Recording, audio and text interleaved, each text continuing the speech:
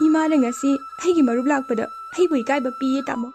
Ai yumsida imaga leminaba ngamaroi. Ai chatkhani tamo. Mani thabak halakpai wabaga mamagi manakta laklaga sauna hairami. Ima, aibu noi anigi marakta kamaina leidoino. Ima so ahal oirabani. Amuk ngangwada gyanse taba yai. Ima na yumse leinindrasu ima nang khungangda hankro. Ai yam wari. Imaga leibada. Chakro chalo. Asomna mamabu inbada mama adusu tusilami.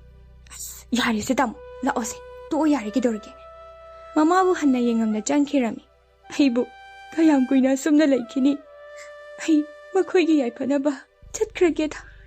Imagi bungo ima hayengdi yumse thadokduna ai napana thambiramba yumduda ima hallage ko.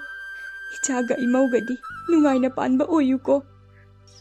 Asumna nong khra khra ngalakpa daida memton kanada sutaklamda yum madubu thadokduna chatre mahak khungangda amu halakle.